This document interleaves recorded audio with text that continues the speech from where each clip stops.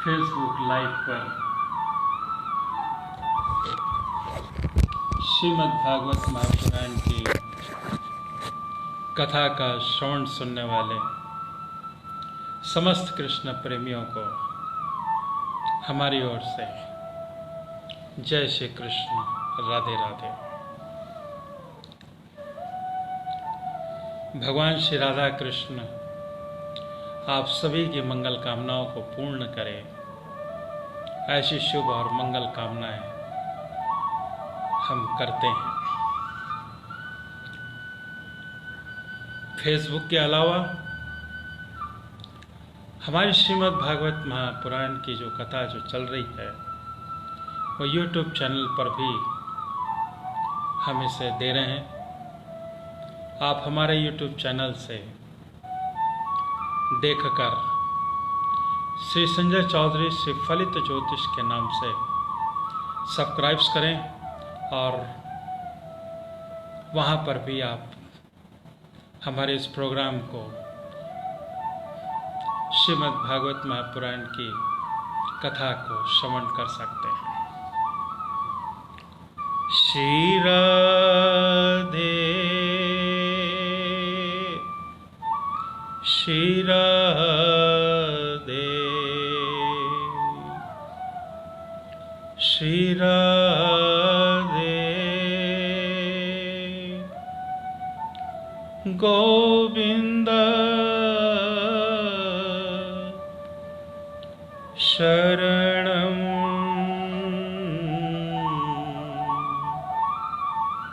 श्याम शरणं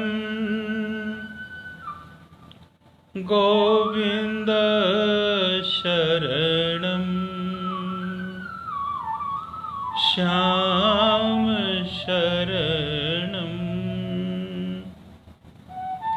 राम शरणं श्याम शरणं सीताराम शरणं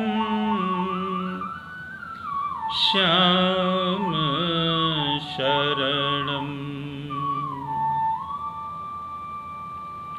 गोविंद शरणं गोपाल शरणं श्याम शरणं श्याम शरणं राधे श्याम शरणं राम शरणं श्याम शरणं सीताराम शरणं राधे श्याम शरणं। 4 बजने वाले हैं। 4 बजने पर मंगलाचारण, गुरुचारण, उसके बाद एक प्यारा सा भजन कीर्तन। फिर आज हम श्रीमद् भागवत महापुराण की कथा में 10वें स्कंद के वहाँ पर भगवान श्री कृष्ण के द्वारा रास लीला हो रही है, उसका आज हम भगवान के साथ में रास लीला करेंगे। मेरे साथ सभी प्रेम दर्शक, श्रीमद् भागवत महापुराण की कथा को सुनने वाले सभी प्रेमियों, आप सभी को जय श्री कृष्ण, राधे राधे। आप सभी लोगों से एक निवेदन है कि आप अपने ग्रुप पर शेयर जरूर करें और इस प्रोग्राम को अधिक से अधिक लोगों तक पहुंचाने का प्रयास करें। भगवान श्री राधा कृष्ण आप सभी की मंगल कामनाओं को पूर्ण करें, ऐसी हम ईश्वर से प्रार्थना करते हैं। 4 बज रहे हैं। 4 बजने पर मंगलाचारण, गुरुचारण प्रारंभ होता है। आइए मंगलाचरण प्रारंभ करते हैं। बोलो श्री गणेश भगवान की जय। बोलो लंबोदर महाराज की जय। बोलो श्री राधा कृष्ण भगवान की जय। बोलो श्री हनुमंत लाल की जय। बोलो श्री पितृ देवता की जय। जय जय श्री राधे, जय जय श्री राधे। त्वमेव मातास्य पितास्य त्वमेव, त्वमेव बन्धो सखास्त्वमेव, त्वमेव विद्या द्रविणं त्वमेव, त्वमेव सर्वं मम देव देवा। गुरु ब्रह्मा गुरु विष्णु गुरुदेवो महेश्वराय, गुरु साक्षात् परब्रह्म तस्मै श्री गुरुवे नमः। मंगलम भगवान विष्णु, मंगलम गरुड़ध्वज, मंगलम पुंडरीकाक्षाय, मंगलाय तनोहरि। वक्रतुंड महाकाय, सूर्यकोटि संप्रभ, निर्विघ्नं कुरुर्मदेव सर्वकार्येषु सर्वदा। एकदन्तो महाभूति सर्वेषु गणनायक, सर्वसिद्धकरो देवा गौरीपुत्र विनायक। सिन्दूरवर्णं द्विभुजं गणेशं, लम्बोदरं पद्मदले निविष्टं, ब्रह्मादिदेव्य परिसेव्यमानं, सिद्धं युतं तं प्रणमामि देवम्।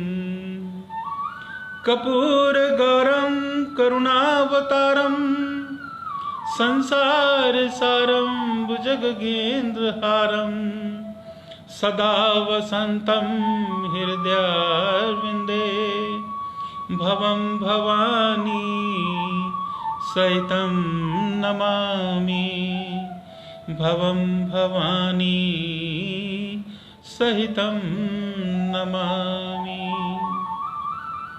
ॐ शान्ताकारं भुजगशयनं, पद्मनाभं सुरेशं, विश्वाधारं गगनसदृशं, मेघवर्णं सुभाग्यं, लक्ष्मीकान्तं कमलनयनं, योगनविरधानगम्यं, वन्दे विष्णुं भवैहरं, सर्वलोकैकनाथं। श्रीनारायण श्रीनारायण श्रीनारायण। बोलो शिवा के बिहारी लाल की जय। बोलो श्री वृंदावन बिहारी लाल की जय। जय जय श्री राधे, जय जय श्री राधे राधे।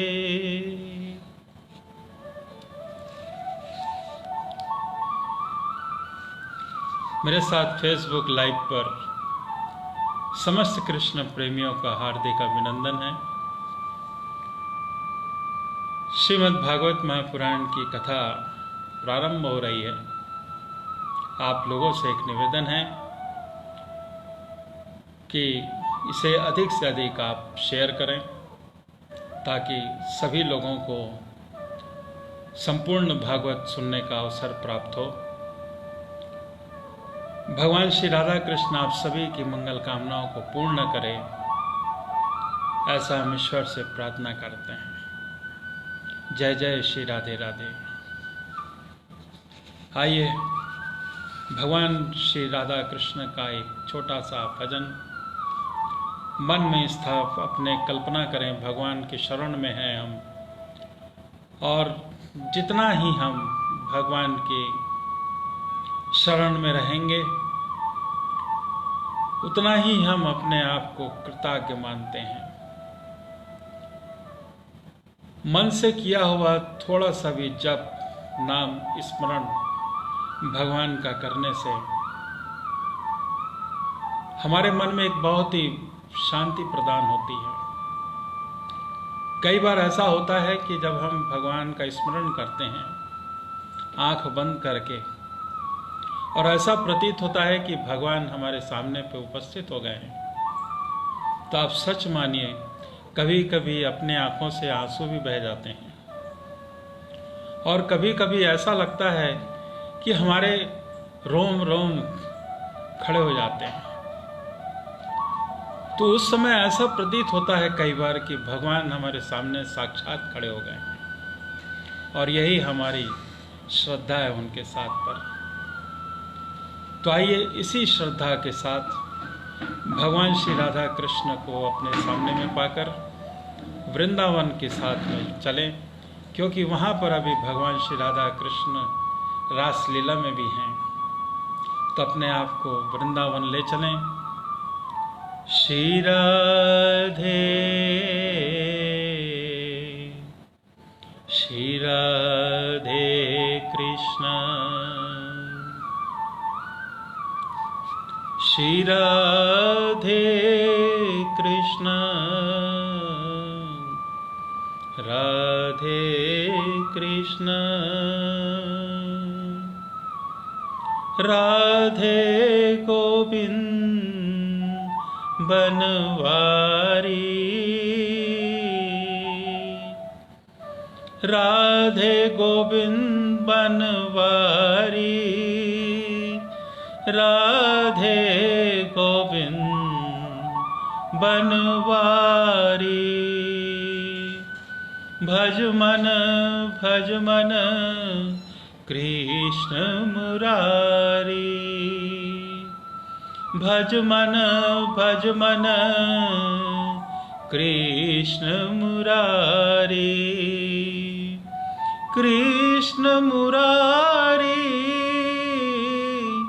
कृष्ण मुरारी कृष्ण मुरारी कृष्ण मुरारी। भज मन कृष्ण मुरारी राधे गोविंद बनवारी भज मन कृष्ण मुरारी कृष्ण मुरारी रस बिहारी कृष्ण मुरारी रस बिहारी। भज मन कृष्ण मुरारी राधा मनोहर कृष्ण मुरारी राधा मनोहर कृष्ण मुरारी। भज मन कृष्ण मुरारी कृष्ण मुरारी कृष्ण मुरारी, भज मन कृष्ण मुरारी। मधुर मुरलीधर मुरारी, मधुर मुरलीधर मुरारी। भज मन कृष्ण मुरारी, कृष्ण मुरारी, कृष्ण मुरारी। भज मन कृष्ण मुरारी। राधे गोविंद बनवारी, राधे गोविंद बनवारी। भज मन कृष्ण मुरारी, कृष्ण मुरारी, कृष्ण मुरारी। गोविंद गोपाल प्रभु गिरधारी, गोविंद गोपाल प्रभु गिरधारी। राधे गोविंद बनवारी, राधे गोविंद बनवारी। भज मन कृष्ण मुरारी, कृष्ण मुरारी, कृष्ण मुरारी। केशव माधव बांके बिहारी, केशव माधव बांके बिहारी। भज मन कृष्ण मुरारी, कृष्ण मुरारी, कृष्ण मुरारी। जय वृंदावन बिहारी, जय वृंदावन बिहारी। जय राधे गोविंद बनवारी, राधे गोविंद बनवारी, राधे गोविंद बनवारी, राधे गोविंद बनवारी। भज मन कृष्ण मुरारी। भज मन कृष्ण मुरारी, कृष्ण मुरारी, कृष्ण मुरारी, कृष्ण मुरारी।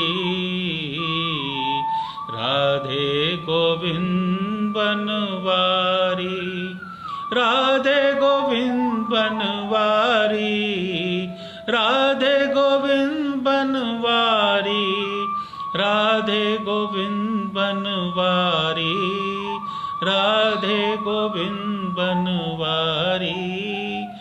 कृष्ण मुरारी, कृष्ण मुरारी।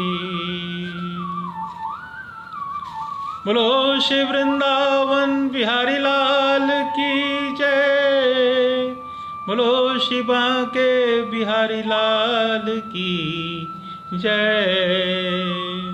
जय जय श्री राधे, श्री राधे राधे। इस प्यारा सा भजन कीर्तन के बाद पर श्रीमद् भागवत महापुराण की कथा को प्रारंभ करते हैं। इसके पहले सभी कृष्ण प्रेमियों को हार्दिक अभिनंदन और स्वागत है। आप सभी लोगों को भगवान श्री राधा कृष्ण की अनुपम छाया रहे और मंगल कामनाएं हम करते हैं भगवान ईश्वर से कि आप सभी घर पर सकुशल रहें, स्वस्थ रहें। श्री राधे।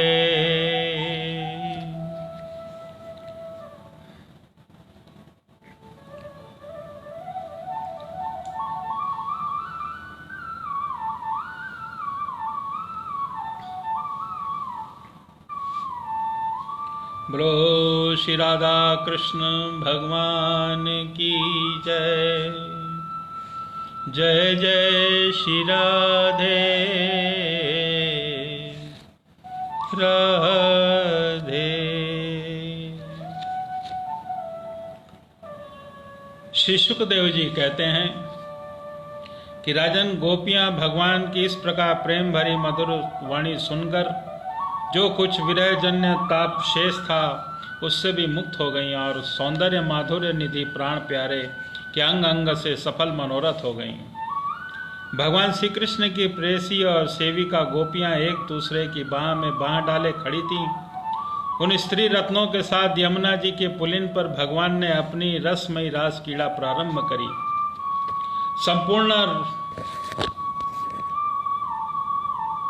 संपूर्ण योगों के स्वामी भगवान श्री कृष्ण दो दो गोपियों के बीच में प्रकट हो गए और उनके गले में हाथ डाल दिया और इस प्रकार गोपी एक कृष्ण और यही क्रम था।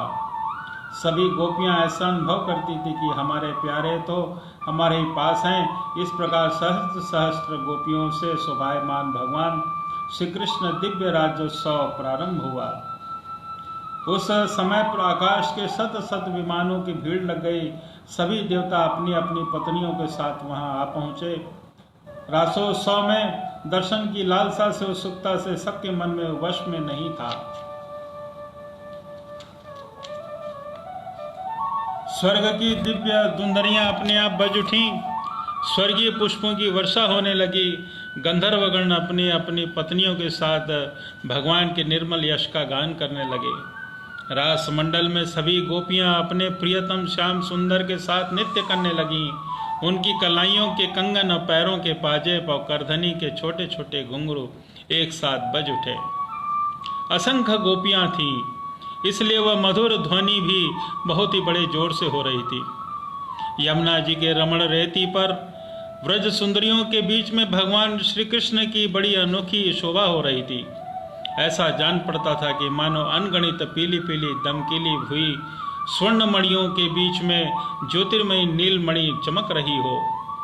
नित्य के समय गोपियां तरह तरह से ठुमक ठुमक लगाकर अपने पांव कभी आगे बढ़ाती, कभी पीछे हटा लेती, कभी गति के अनुसार धीरे धीरे पांव रखती तो कभी बड़े वेग से, कभी अपने चाक की तरह घूम जाती और कभी अपने हाथ उठाकर भाव बताती तो कभी विभिन्न प्रकार से उन्हें चमकाती, कभी बड़े कलापूर्ण ढंग से मुस्कुराती तो कभी भौवें मटकाती।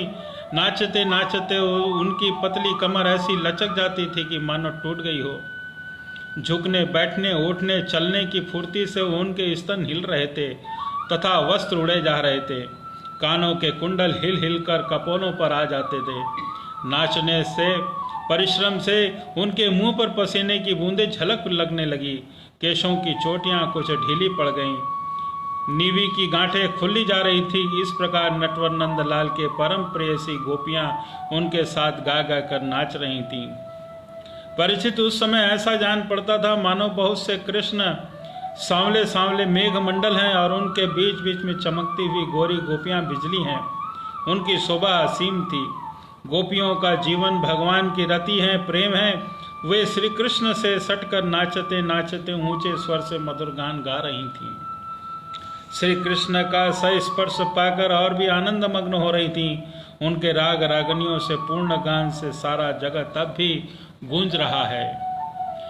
कोई गोपी भगवान के साथ उनके स्वर में स्वर मिलाकर गा रही थी। वह कृष्ण के स्वर की अपेक्षा और भी ऊंचे स्वर्ग में राग अलापने लगी। उनके विलक्षण और उत्तम स्वर्ग को सुनकर बहुत से प्रसन्न हुए और वाह वाह करके उनकी प्रशंसा करने लगे। उसी राग को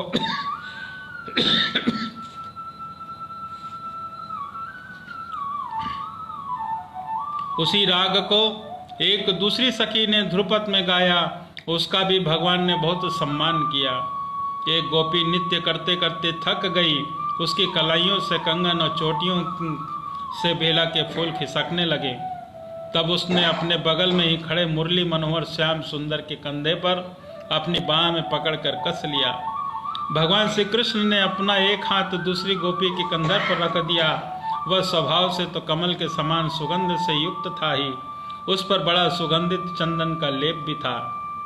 उसकी सुगंध से वह गोपी पुलकित हो गई, उसका रोम रोम खिल उठा। उसने झट से उसे चूम लिया और वह एक गोपी नृत्य कर रही थी।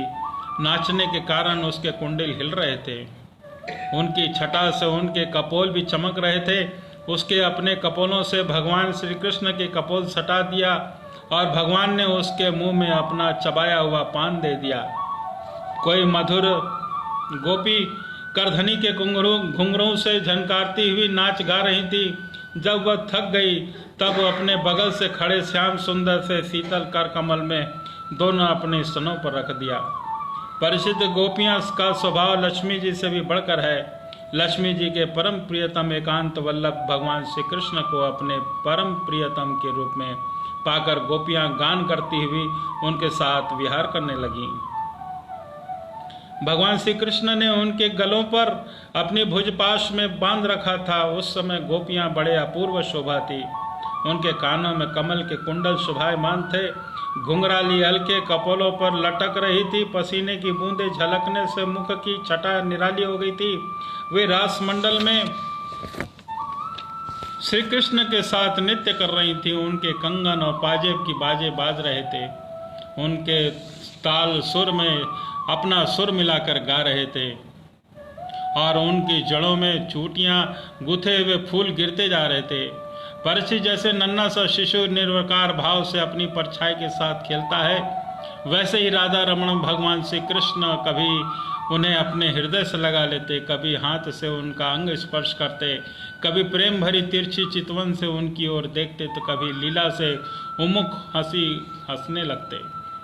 इस प्रकार उन्होंने ब्रज सुंदरियों के साथ क्रीड़ा की, विहार किया। परीक्षित भगवान के अंगों का स्पर्श प्राप्त करके गोपियां इंद्रियां प्रेम और आनंद से विहिल उठीं। उसके केश बिखर गए, फूलों से हार टूट गए और गहने अस्त व्यस्त हो गए। वे अपने केश, वस्त्र और अंकुशी की पूर्णतया संभालने में असमर्थ हो गई। भगवान श्री कृष्ण की यह रास क्रीड़ा देखकर स्वर्ग की देवांगनाएं भी मिलन की कामना से मोहित हो गई और समस्त तारों और ग्रहों के साथ चंद्रमा चकित विस्मित हो गए। परिचित, यद्यपि भगवान आत्मा राम हैं, उन्हें अपने अतिरिक्त किसी और की आवश्यकता नहीं है, फिर भी उन्होंने जितनी गोपियां थी उतने ही रूप धारण किए और खेल खेल में उनके साथ इस प्रकार विहार किया जैसे बहुत देर गान, नृत्य आदि विहार करने के कारण गोपियां थक गईं। तब करुणामय भगवान श्री कृष्ण ने बड़े प्रेम से स्वयं अपने सुखद कर कमलों के द्वारा उनके मुंह पोंछे। परिचित, भगवान के कर कमल नख स्पर्श से गोपियों को बड़ा आनंद हुआ। उन्होंने अपने उन कपोलों के सौंदर्य से, जिन पर सोने के कुंडल झिलमिला रहे थे, घुंघराली अलके लटक रही थी, उसमें प्रेम भरी चितवन से, जो सुधा से मीठी मुस्कान से उज्ज्वल हो रही थी, भगवान श्री कृष्ण का सम्मान किया। प्रभु की परम पवित्र लीलाओं का गान करने लगी। इसके बाद जैसे थका हुआ गजराज किनारों को तोड़ता हुआ हथनियों के साथ जल में घुसकर क्रीड़ा करता है, वैसे ही लोक और वेद की मर्यादा का अतिक्रमण करने वाले भगवान ने अपनी थकान दूर करने के लिए गोपियों के साथ जल क्रीड़ा करने के उद्देश्य से यमुना में जल प्रवेश किया।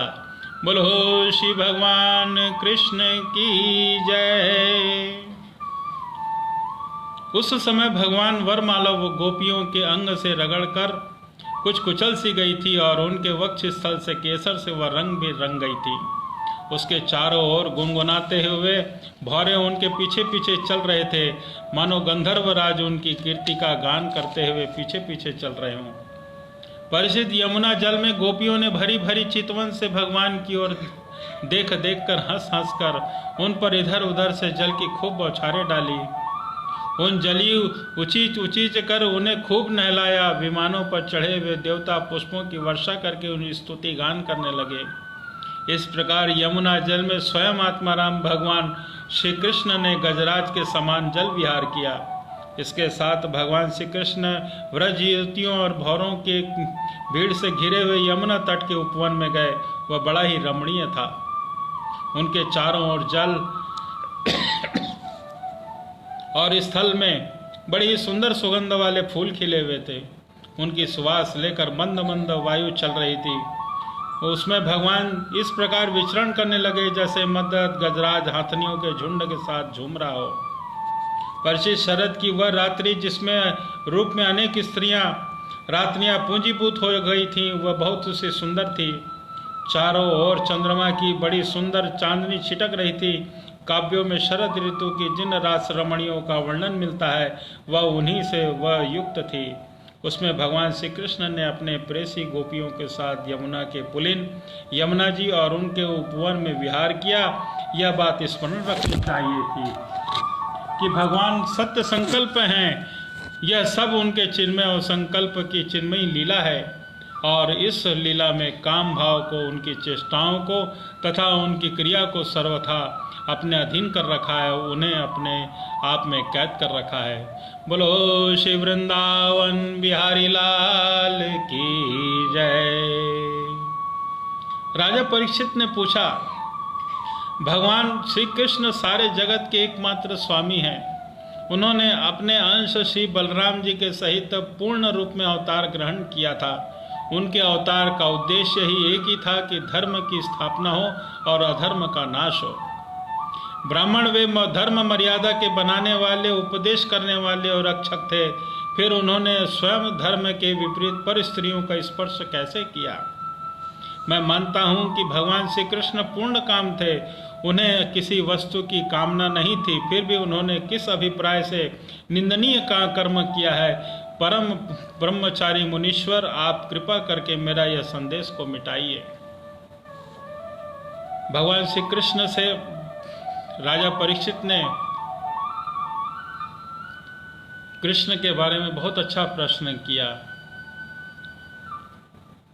श्री शुकदेव जी कहते हैं, सूर्य, अग्नि आदि ईश्वर समर्थ कभी कभी धर्म का उल्लंघन और साहस का काम करते देखे जाते हैं, परंतु उन कामों में उन तेजस्वी पुरुषों को कोई दोष नहीं होता है। देखो, जैसे अग्नि सब कुछ खा जाता है परंतु उन पदार्थों के दोष से लिप्त नहीं होता। जिन लोगों में ऐसी सामर्थ्य नहीं है उनमें मन में वैसी बात भी नहीं हो सोचनी चाहिए। शरीर से करना तो दूर रहा, यदि मूर्खतावश ऐसा कोई काम कर बैठे तो उसका नाश हो जाता है। भगवान शंकर ने हलाहल विष पिया लिया और दूसरा कोई पीता तो वह जलकर भस्म हो जाएगा। इसलिए इस प्रकार के जो शंकर आदि ईश्वर हैं, अपने अधिकार के अनुसार उनके वचन को ही सत्य मानना और उसी के अनुसार आचरण करना चाहिए। उनके आचरण का अनुसरण तो कहीं कहीं ही किया जाता है। इसलिए बुद्धिमान पुरुष को चाहिए कि उनका जो आचरण उनके उपदेश के अनुकूल हो उसके ही जीवन में उतारना चाहिए। परिचित वे सामर्थ्यवान पुरुष अहंकारहीन होते हैं। शुभ कर्म करने से उनका कोई सांसारिक स्वार्थ नहीं होता। अशुभ कर्म करने से अनर्थ नहीं होता। वे स्वार्थ और अनर्थ के ऊपर उठे होते हैं। जब वे उन्हीं के संबंध में ऐसी बात है तब पशु पक्षी मनुष्य देवता और समस्त जलाचर जीव एकमात्र पशु सर्वेश्वर भगवान है। उनके साथ मानवीय शुभ और अशुभ संबंध कैसे जोड़ा जाता है? जिसके चरण कमलों के रज का सेवन करके भक्तजन तृप्त होते हैं, उनके साथ योग प्राप्त करके उनके प्रभाव से योगी जन अपने सारे कर्म बंधन काट डालते हैं। विचारशील ज्ञानी जन जिनके तत्व का विचार करके तत्व स्वरूप हो जाते हैं और समस्त कर्म बंधनों से मुक्त होकर स्वच्छंद विचरते हैं, वही भगवान अपने भक्तों की इच्छा से अपना चिन्मय शिव विग्रह प्रकट करते हैं। तब भला उनके कर्म बंधन की कल्पना कैसे हो सकती है? गोपियों के, अब उनके पतियों और संपूर्ण शरीरधारियों के अंतरकरणों में जो आत्मा राम से विराजमान है, वे सबके साक्षी और परम गति हैं। वही तो अपना दिव्य चिन्मय श्री विग्रह प्रकट करके यह लीला कर रहे हैं। भगवान जीवों पर कृपा करने के लिए ही अपने को मनुष्य रूप में प्रकट करते हैं और ऐसी लीलाएं करते हैं कि जिनसे सुनकर जीव भगवत परायण हो जाए। ब्रजवासी गोपों के भगवान श्री कृष्ण तनिक भी दोष बुद्धि नहीं की। वे उनकी योग माया से मोहित होकर ऐसा समझ रहे थे कि हमारी पत्नियां हमारे पास ही हैं। ब्रह्मा की रात्रि के बराबर वह रात्रि बीत गई। ब्रह्म मुहूर्त आया। यद्यपि गोपियों की इच्छा अपने घर की लौटने की नहीं थी, फिर भी भगवान श्री कृष्ण की आज्ञा से वे अपने अपने घर चली गईं, क्योंकि वे अपने प्रत्येक चेष्टा से, प्रत्येक संकल्प से केवल भगवान से ही प्रसन्न करना चाहती थीं। परीक्षित, जो धीर पुरुष ब्रज युवतियों के साथ भगवान श्री कृष्ण के चिन्मय रास विलास का श्रद्धा के साथ बार बार श्रवण और वर्णन करता है, उसे भगवान के चरणों में परम भक्ति प्राप्त होती है और बहुत ही शीघ्र अपने हृदय के रोग काम विकार से छुटकारा पा जाता है और उसका काम भाव सर्वदा के लिए नष्ट हो जाता है। बोलो श्री वृंदावन बिहारी लाल की जय। श्री सुखदेव जी कहते हैं कि परीक्षित, एक बार नंद बाबा आदि गोपों ने शिवरात्रि के अवसर पर बड़ी उत्सुकता और कौतूहल से, आनंद से भरकर बैलों की जुती हुई गाड़ियों पर सवार होकर अंबिका वन की यात्रा आरंभ करी। राजन, वहां उन लोगों ने सरस्वती नदी में स्नान किया। सर्वंतयामी पशुपति भगवान शंकर जी का तथा भगवती अंबिका जी का बड़ा भक्ति से अनेक प्रकार की सामग्रियों के द्वारा उनका पूजन किया। वहां उन्होंने आदर पूर्वक गौवें, सोना, वस्त्र, मधुर अन्न ब्राह्मणों को दिया और उनको खिलाया पिलाया।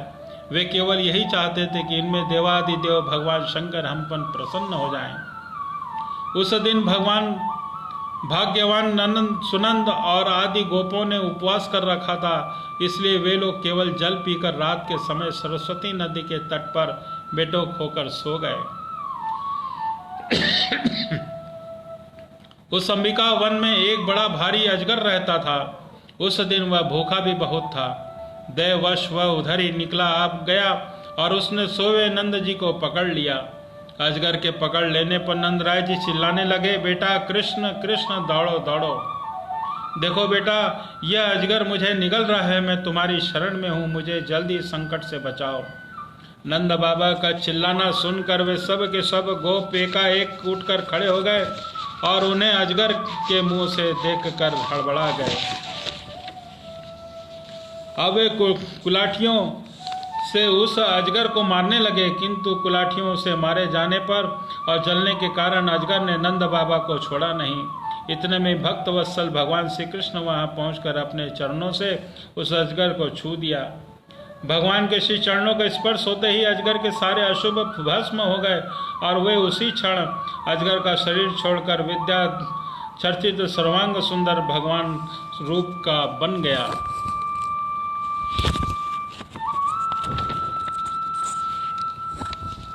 उस पुरुष के शरीर से दिव्य ज्योति निकल रही थी।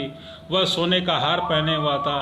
जब वह प्रणाम करके अपने हाथ जोड़कर भगवान के सामने खड़ा हो गया, तब उन्होंने उनसे पूछा कि तुम कौन हो? तुम्हारे अंग अंग से सुंदरता फूटी पड़ती है, तुम देखने में बड़े अद्भुत जान पड़ते हो, तुम्हें यह अत्यंत निंदनीय अजगर योनि क्यों प्राप्त हुई? अवश्य तुम उन्हें विवश होकर तुम्हें आना पड़ा होगा। अजगर के शरीर से निकला हुआ पुरुष बोला, भगवान, मैं पहले एक विश्व विद्याधर था। मेरा नाम था सुदर्शन। मेरे पास सौंदर्य तो था ही, लक्ष्मी भी बहुत थी। इससे मैं विमान में चढ़कर यहाँ से वहाँ घूमता रहता था। एक दिन मैंने अंगिरा गोत्र के कुरूप ऋषियों को देखा। अपने सौंदर्य के घमंड से मैंने उनकी हंसी उड़ाई। मैंने इस अपराध से कुपित होकर उन लोगों ने मुझे अजगर योनि में जाने का शाप दे दिया। यह मेरे पापों का ही फल था। उन कृपालु ऋषियों ने अनुग्रह करने के लिए मुझे शाप दिया था, क्योंकि यह उसी का प्रभाव है। आज मेरे चराचर गुरु स्वयं आपने अपने चरण कमलों से मेरा स्पर्श किया है। इससे मेरे सारे अशुभ नष्ट हो गए हैं। समस्त पापों का नाश करने वाले प्रभु, जो लोग जन्म मृत्यु रूप संसार में भयभीत होकर आपके चरणों की शरण ग्रहण करते हैं, आपके समस्त भयों से मुक्त हो कर देते हैं। अब मैं आपके चरणों के स्पर्श शाप से छूट गया हूँ और अपने लोक को जाने की अनुमति चाहता हूँ। भक्त वत्सल महायोगेश्वर पुरुषोत्तम, मैं आपकी शरण में हूँ। इंद्रादि समस्त लोकेश्वरों के परमेश्वर स्वयं प्रकाश परमात्मा, मुझे आज्ञा दीजिए। अपने स्वरूप में नित्य निरंतर एक रस रहने वाले अच्युत, आपके दर्शन मात्र से मैं ब्राह्मणों के शाप से मुक्त हो गया। यह कोई आश्चर्य की बात नहीं है, क्योंकि जो पुरुष आपके नामों का उच्चारण करता है वह अपने आप को समस्त श्रोताओं की भी तुरंत पवित्र कर देता है। फिर मुझे तो अपने स्वयं चरण कमलों से स्पर्श किया है, तब भला मेरी मुक्ति में क्या संदेह हो जाता है। इस प्रकार सुदर्शन ने अपने पर भगवान श्री कृष्ण से विनती की और परिक्रमा की और प्रणाम किया। फिर उनकी आज्ञा लेकर वह अपने लोक को चला गया। नंद बाबा इस भारी संकट से छूट गए। राजन, उस ब्रजवासियों ने भगवान श्री कृष्ण का यह अद्भुत प्रभाव देखा। अब उन्हें बड़ा विस्मय हुआ। उन लोगों ने उस क्षेत्र में जो नियम ले रखे थे कि उनको पूर्ण करके वे बड़े आदर और प्रेम के साथ श्री कृष्ण की उस लीला का गान करते हुए पुनः ब्रज में लौट आए। बोलो भगवान श्री कृष्ण की जय। एक दिन की बात है, अलौकिक कर्म करने वाले भगवान श्री कृष्ण और बलराम जी रात्रि में वन में गोपियों के साथ विहार कर रहे थे। भगवान श्री कृष्ण निर्मल पीतांबर और बलराम जी नीलांबर धारण करे हुए थे। दोनों के गले में फूलों के सुंदर सुंदर हार लटक रहे थे तथा शरीर में अंगराग सुगंधित चंदन लगा हुआ था और सुंदर सुंदर आभूषण पहने हुए थे। गोपियां बड़े प्रेम और आनंद से ललित स्वर में उन्हीं का गुणों का गान कर रही थीं। अभी अभी सायंकाल हुआ था। आकाश में तारे उग आए थे, चांदनी छिटक रही थी। बेला के सुंदर गंध से मतवाले होकर भौरे इधर उधर गुनगुना रहे थे तथा जलाशय में खिली हुई कुमुदनी भी सुगंध लेकर वायु मंद मंद चल रही थी। उस समय उनका सम्मान करते हुए भगवान श्री कृष्ण और बलराम जी ने एक साथ मिलकर राग आलापा। उनका राग अवरोह स्वरों के उतार चढ़ाव के साथ बहुत ही सुंदर लग रहा था। वह जगत के समस्त प्राणियों के मन और कानों के आनंद से भर देने वाला था। उनका वह गान सुनकर गोपियां मोहित हो गईं। परिचित वह अपने शरीर की सुधि नहीं रही थी, वे उस पर खिसकते हुए वस्त्रों और चोटियों से बिखरते हुए पुष्पों को संभाल सके। जिस समय बलराम और श्याम दोनों भाई जिस प्रकार स्वच्छंद विहार कर रहे थे, उत्तम की भांति गा रहे थे, उसी समय वहां शंखचूड़ नामक एक यक्ष आया। वह कुबेर का अनुचर था। परिचित दोनों भाइयों को देखते देखते उन गोपियों को लेकर वो बेटों को उत्तर की ओर भाग गया, जिनकी एकमात्र स्वामी भगवान श्री कृष्ण है। वे गोपियां उस समय रो रो कर चिल्लाने लगी। दोनों भाइयों ने देखा कि जैसे कोई डाकू गौओं को लूट ले जाकर, वैसे ही ये यक्ष हमारी प्रेयसियों को ले जा रहा है। हा कृष्ण, हा राम पुकार कर रोर पीट रहे हैं। उसी समय दोनों भाई उनकी ओर दौड़ पड़े। डरो मत, इस प्रकार अभय वाणी कहते हुए हाथ में शाल का वृक्ष लेकर बड़े वेग से क्षण भर उसी नीच यक्ष के पास पहुंच गए।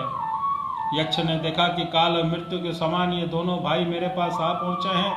तब वह मूढ़ घबरा गया और उसने गोपियों को वहीं छोड़ दिया और स्वयं प्राण बचाने के लिए भाग गया। तब स्त्रियों की रक्षा करने के लिए बलराम जी तो वहीं खड़े रह गए, परंतु भगवान श्री कृष्ण वहां जहां वह भाग कर गया उसके पीछे पीछे दौड़ते गए। वे चाहते थे कि उसके सिर की चूड़ामणि निकाल लें। फिर कुछ दूर जाने के बाद भगवान ने उसे पकड़ लिया और दुष्ट के सिर पर कसकर एक घूसा जमाया। चूड़ामणि के साथ उसका सिर भी धड़ से अलग कर दिया। इस प्रकार भगवान श्री कृष्ण शंखचूड़ को मारकर वह चमकीली मणि लेकर लौट आए तथा गोपियों के साथ सामने ही उन्होंने बड़े प्रेम से वह मणि अपने भाई बलराम जी को दे दिया।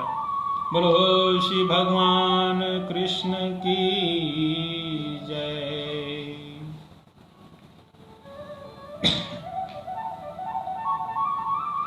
श्री सुखदेव जी कहते हैं, परिचित भगवान श्री कृष्ण के गौओं को चराने के लिए प्रतिदिन वन में जाने पर उनके साथ गोपियों का चित्त भी चला जाता था।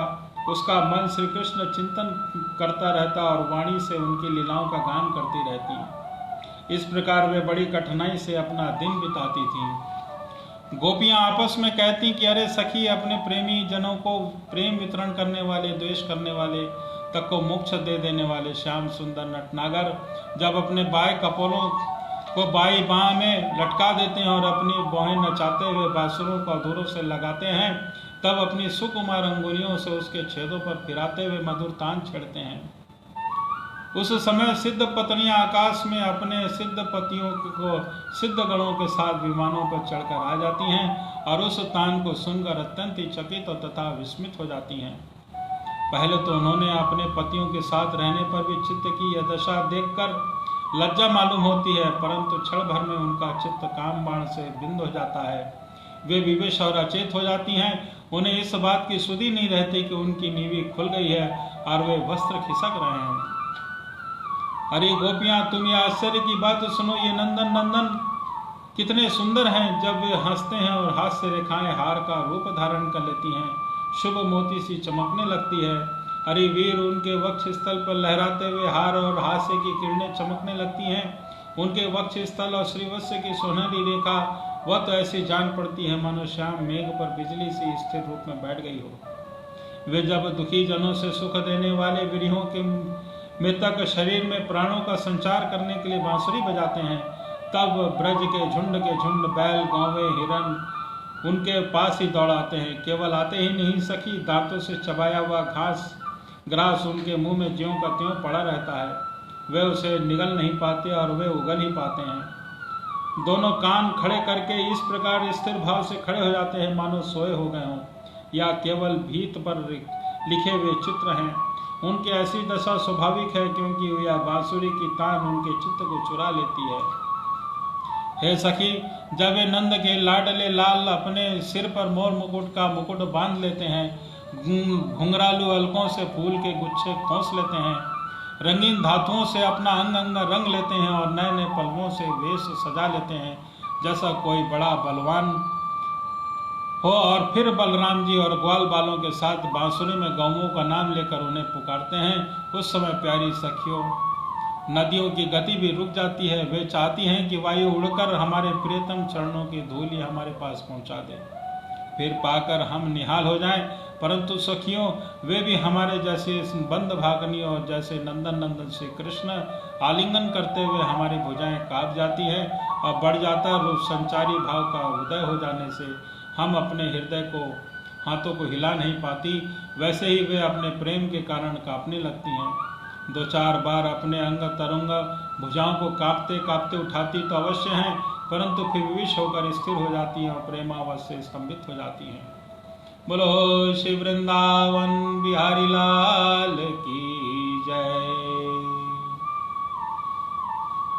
हरे वीर, जैसा देवता लोग अनंत और अचित्य ऐश्वर्यों के स्वामी भगवान नारायण की स्तुतियों शक्तियों का गान करते हैं, वैसे ही ग्वाल बाल अत्यंत सुंदर नटनागर भगवान श्री कृष्ण लीलाओं का गान करते रहते हैं। वह अचिंत्य ऐश्वर्य संपन्न श्री कृष्ण वृंदावन में विहार करते रहते हैं और बांसुरी बजाकर गिरिराज गोवर्धन की तराई में चढ़ती हुई गौओं का नाम लेकर पुकारते हैं। उस समय उनके वृक्ष और लताएं फूल और फलों से लद जाती हैं और उनके भार से डालियां झुककर धरती छूने लगती हैं, मानो प्रणाम कर रही हों। वे वृक्ष और लताएं अपने भीतर भगवान विष्णु की अभिव्यक्ति सूचित करती हुई प्रेम से फूल उठाती हैं। उनका रोम रोम खिल उठता है और सब मधु भाषाएं उड़ने लगती हैं।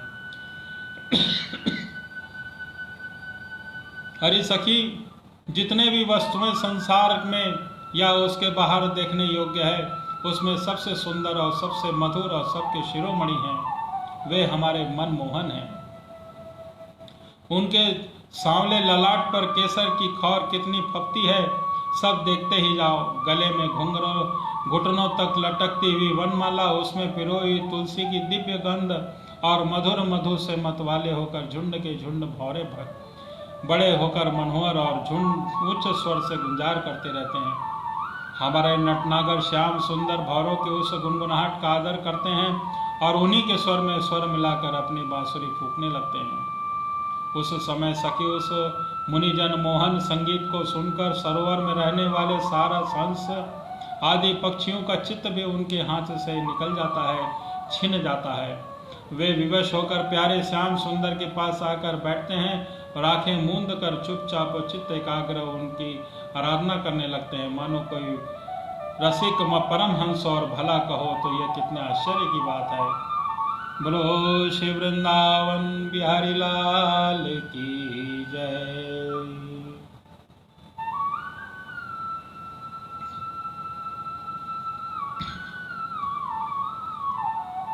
अरे व्रज देवियों, हमारे श्याम सुंदर जब पुष्पों के कुंडल बनाकर अपने कानों में धारण कर लेते हैं और बलराम जी के साथ गिरिराज के शिखरों पर खड़े होकर सारे जगत को हर्षित करते हुए बांसुरी बजाने लगते हैं। बांसुरी क्या बजाते हैं, आनंद में भरकर उसकी ध्वनि उनके सारे विश्व का आलिंगन करते लगते हैं।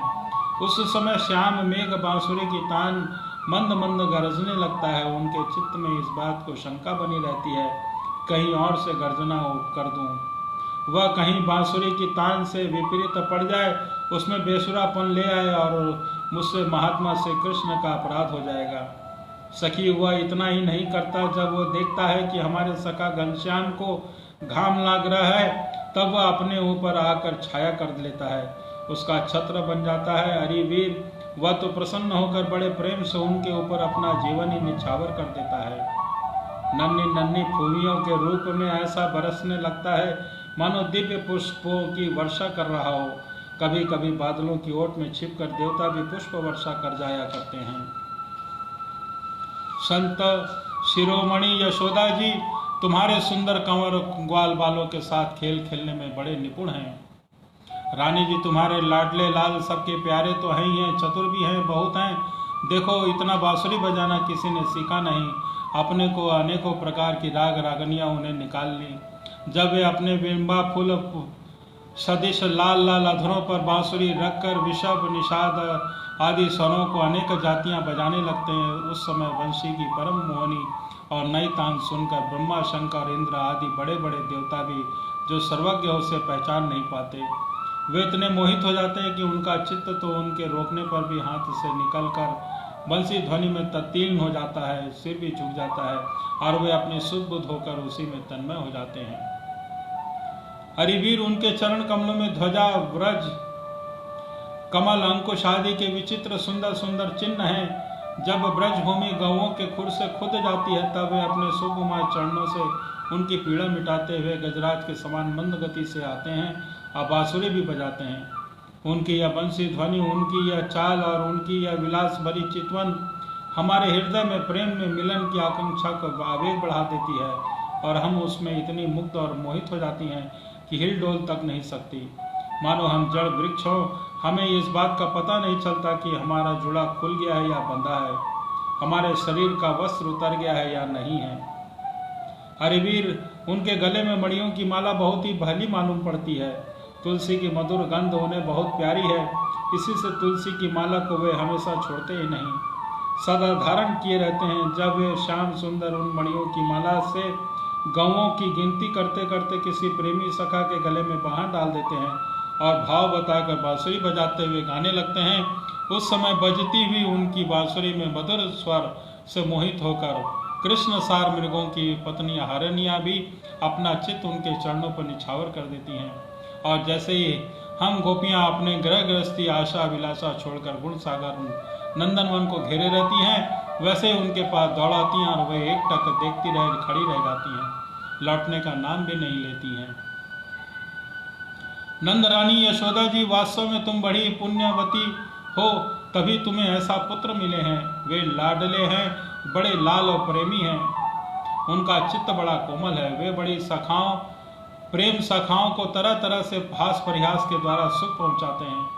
कुंदकली का हार पहनकर जब वे अपने विचित्र वेश में आ सजा लेते हैं और ग्वाल बाल और गौओं के साथ यमुना जी के तट पर खेलने लगते हैं, उस समय मलयज चंदन के समान शीतल और सुगंधित स्पर्श से मंद मंद अनुकूल बहकर वायु तुम्हारे लाल की सेवा करते हैं। गंधर्वादि उपदेवता बंदी जनों का समान गाकर बजाकर उन्हें संतुष्ट करते हैं और उन्हें अनेक प्रकार की भेंट देते हुए सब ओर से घेर कर उनकी सेवा करते हैं। हरीश सखी, श्याम सुंदर ब्रज की गौओं से बड़ा प्रेम करते हैं, इसलिए तो उन्हें गोवर्धन धारण किया था। अब वे सब गौओं को लौटा कर आते ही होंगे। देखो, सायंकाल हो चला है, अब इतनी देर क्यों होती है सखी? रास्ते में बड़े बड़े ब्रह्मा आदि वयोवृद्ध शंकर ज्ञान वृद्ध और उनके चरणों की वंदना जो करने लगते हैं। अब गौओं के पीछे पीछे बांसुरी बजाते हुए आते होंगे, ग्वाल बाल उनकी कीर्ति का गान कर रहे होंगे। देखो ना, ये क्या आ रहे हैं, गौओं के खुरों से उड़ उड़कर उनकी धूल वनमाला पर पड़ रही है। वे दिन भर जंगलों में घूमते घूमते थक गए हैं, अब फिर भी अपनी शोभा से हमारी आंखों को कितना सुख और कितना आनंद दे रहे हैं। देखो, ये यशोदा की कोख से प्रकट हुए सबको आनंदित करने वाले चंद्रमा हम प्रेमी जनों की भलाई के लिए, हमारी आशा अभिलाषाओं को पूर्ण करने के लिए हमारे पास चले आ रहे हैं। सखी देखो, ये कैसा सौंदर्य है। मद भरी आंखें चढ़ी हुई हैं, कुछ ललाई लिए हुए कैसी भली जान पड़ती है। गले में वनमाला लहरा रही है, सोने में कुंडलियों की कांति से वे अपने कोमल कपोलों को अलंकृत कर रहे हैं।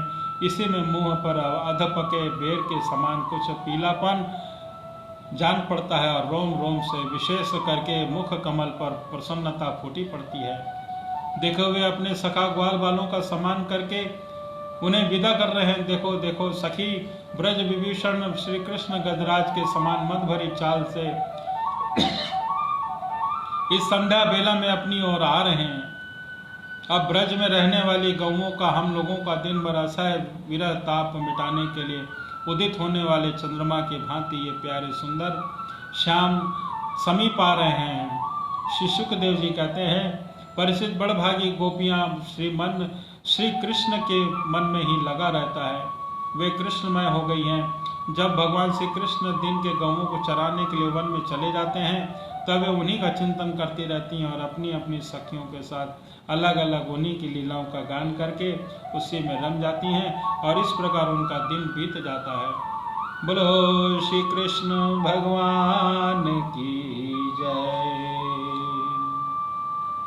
भगवान श्री कृष्ण वृंदावन में रहकर ब्रज की गोपियों के साथ पर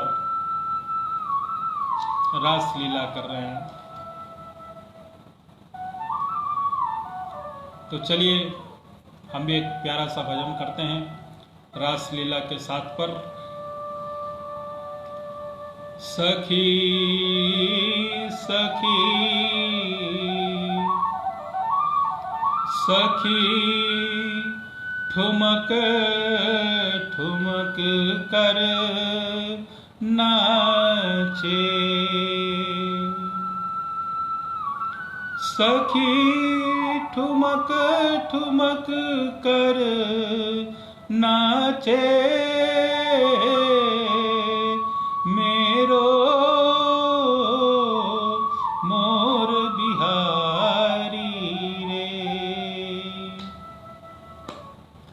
सखी ठुमक ठुमक कर नाचे,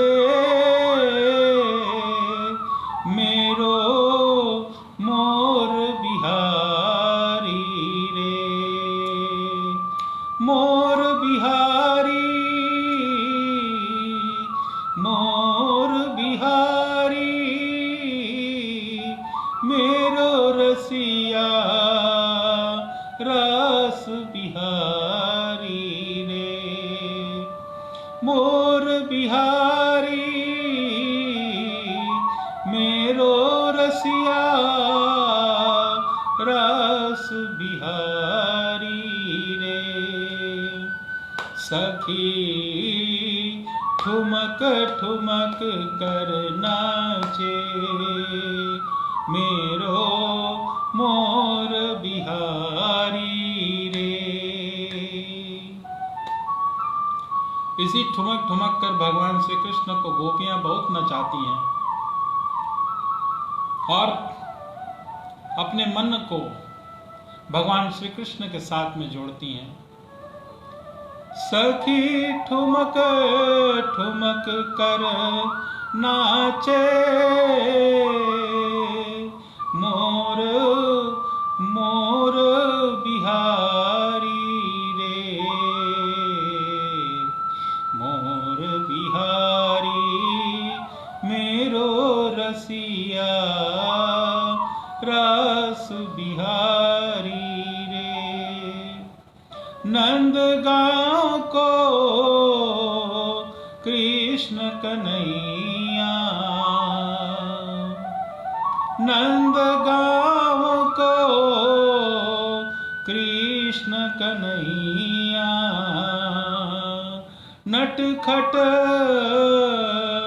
नंद का छोरा। नंद गाँव को कृष्ण कन्हैया, नटखट नंद का छोरा।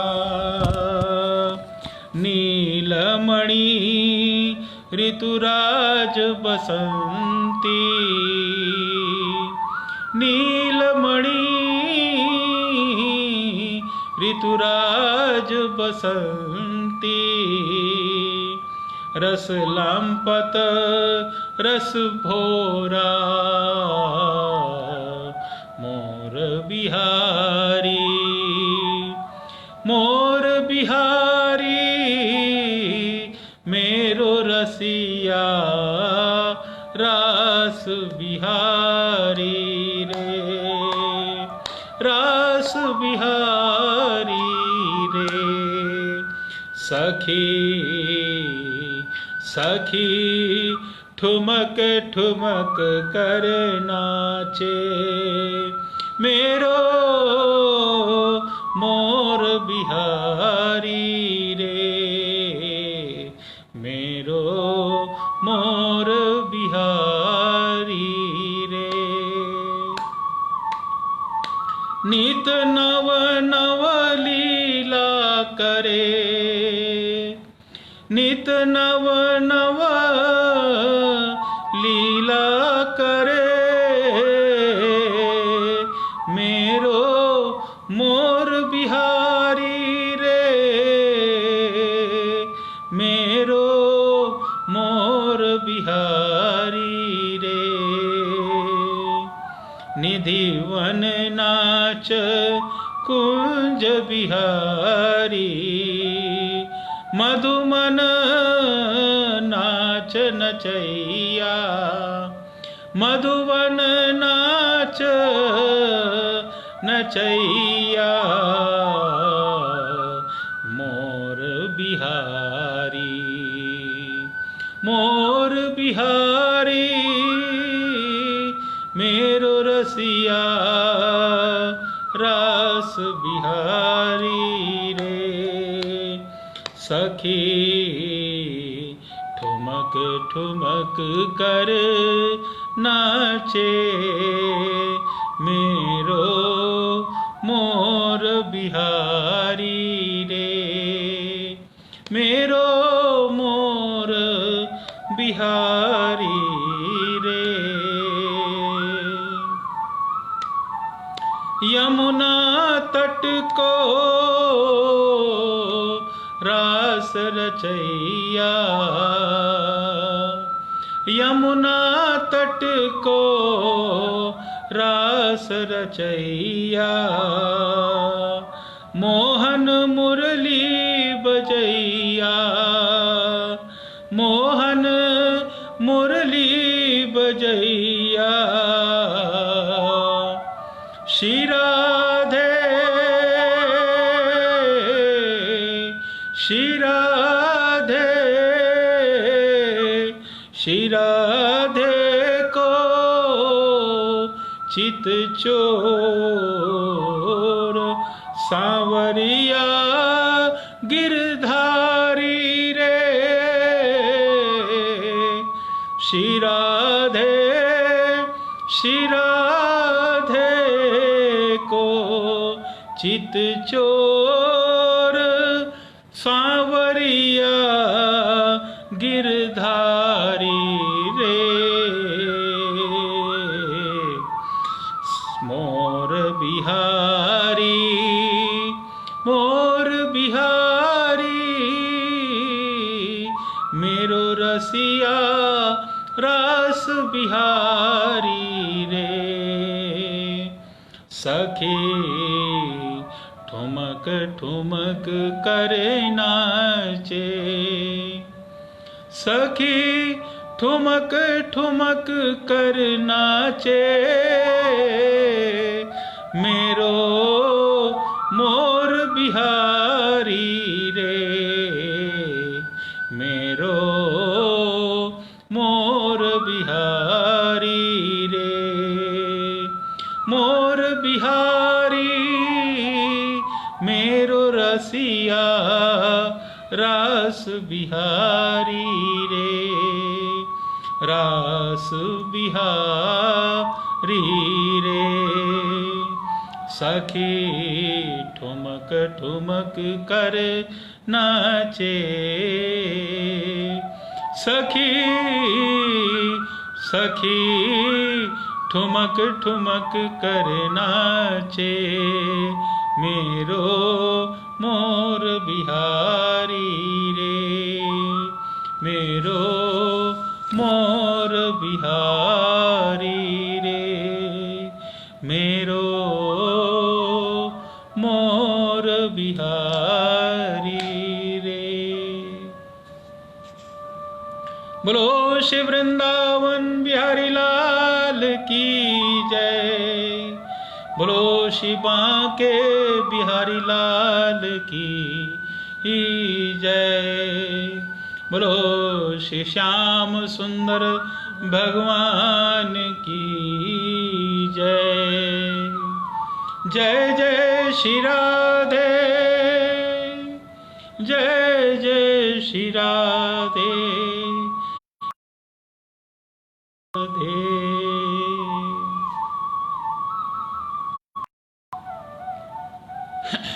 आज की कथा को हम यहीं पे विराम करते हैं।